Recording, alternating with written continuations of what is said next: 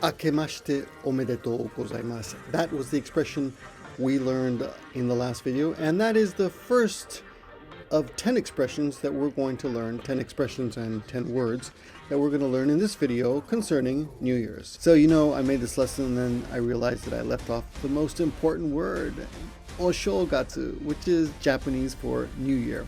And this especially refers to the first 3 days of January. But in general, it's the whole New Year vacation, New Year's oyasumi, your vacation time. Anyway, let's get on with the lesson. And the first expression is Akemashite omedetou gozaimasu. Akemashite omedetou gozaimasu. Some people will say akeome. Akeome. That's kind of the cool way to say it. Number 2. Toshi koshi soba. Soba, of course, are buckwheat noodles. They're all called just soba in Japanese. But toshi koshi soba literally means year crossing soba. And you only eat those on New Year's Day. And they're quite delicious. We had some, as you can see, and I enjoy them quite a bit myself. One of the things I always enjoy doing every year is number 3, Hatsumode. Hatsumode, which is visiting the shrine for the first time in the new year. A lot of people do it on New Year's Eve. You can do it on New Year's Day, or you can just do it a month later when the crowds have died down quite a bit. As you can tell from these pictures, we like to go to our local shrine. This year there were no celebrations at the local shrine. Often there are bonfires and people get together and drink sake. A lot of people go to the larger shrines. But and check out this picture. This is one of the larger shrines last year. But this year, because of coronavirus, the crowds look more like this. Number 4 are 2 words, gantan and Ganjitsu. And these are 2 words you'll often hear on the first because they both mean the first of the year. Gantan usually refers to the morning part of the day, and Ganjitsu is basically the whole day. Be careful of the kanji because they are very, very similar. Now, I don't really have a video to accompany this, so just watch my family play with the new ring fit that I bought them.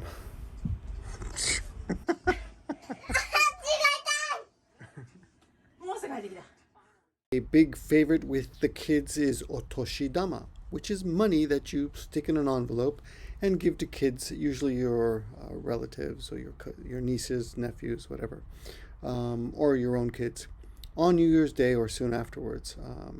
The amount of money can vary from maybe 500 or 1,000 yen for a toddler or an elementary school kid to 5,000 yen or more, depending on, I guess, how much you want to spoil the kids.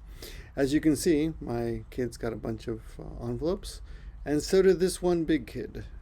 Now, it's not normal to give adults otoshidama, but my father-in-law likes to do it. I don't know why, but I think he enjoys it, and I don't mind getting it. Anyway, it always makes me feel young. The otoshidama money goes into our number 6 word, which is Pochibukuro. Bukuro means bag. It's usually pronounced fukuro, but when you add pochi to it, it's pronounced bukuro. Anyway, Pochibukuros apparently started to be used in the 1960s, and the tradition has lasted since then. And every year, kids all over Japan get really excited to receive these mystery envelopes and go home and open them and see how much money they made this year from their otoshidamas in their pochibukuros. Okay. Look at that. It's amazing.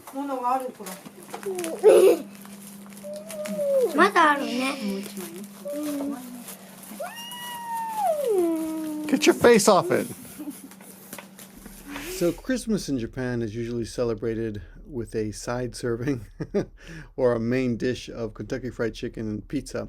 But New Year's, or oshougatsu, is celebrated, if you're lucky, by having some sechiryouri, also known as osechi. And these are traditional Japanese bento boxes, basically, often coming in a wood box like you see here. This is a particularly fancy version of this. This is a really nice restaurant we got this from. I think it's called OI6. And I don't know how much it cost, but it was something like maybe, I don't know the price, but I forgot. I just paid for it. But I think it's like $300 or so in US dollars. Anyway, it's delicious. But I guess, maybe pizza's better, but it's a presentation. It really is a fancy presentation of food. And if you ever get a chance to try it, you should try it. And we did. And it was good. Yeah. And it lasts there's enough for lunch and for dinner. It just, at least in these 3 boxes lasted us pretty much the whole day. I mean, don't get me wrong, we did get pizza too later for dinner. Another traditional Japanese food that we did not have this year is ozoni. Ozoni, and it's a pretty simple dish. I looked it up on YouTube, and you can make it in about 12 minutes. I'll link it in the description if you're interested. You can make your own traditional Japanese food. You cannot make the sechiryouri by yourself. That's a hard one. But ozoni is something that even I could probably handle.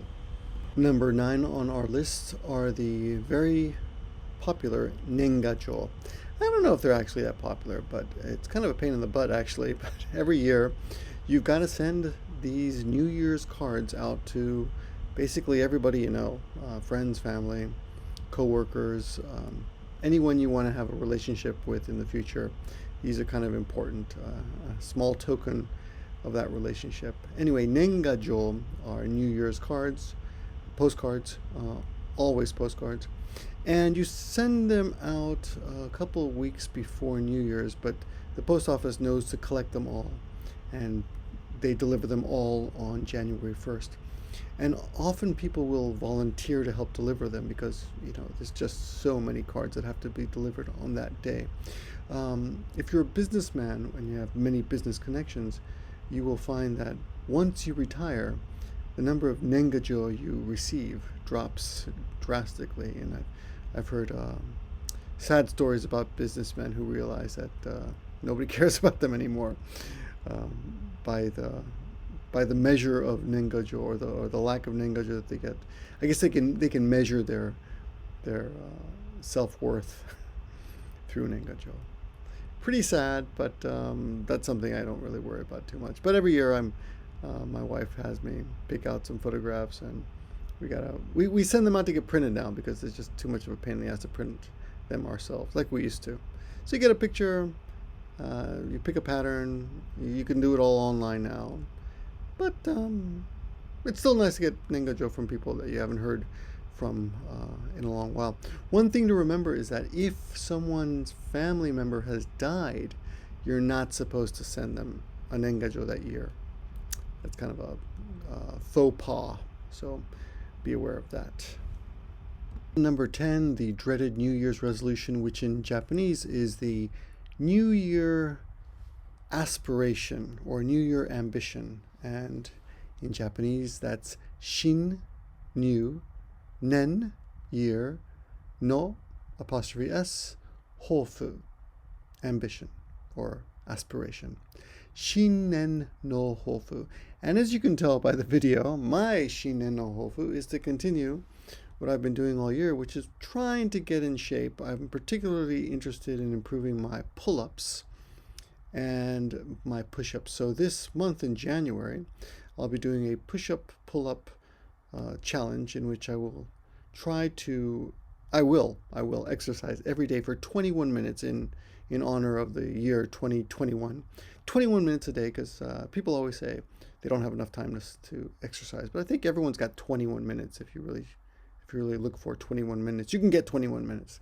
So every day I will alternately do either pull-ups or push-ups for the whole month, and we'll see what happens. So wish me luck. What is your shinen no hofu? Put it down in the comments. Thanks for watching, guys. And more videos to come, many more in January and in 2021. You guys take care, and see you very soon. Oh, I almost forgot. Akemashite omedetou gozaimasu.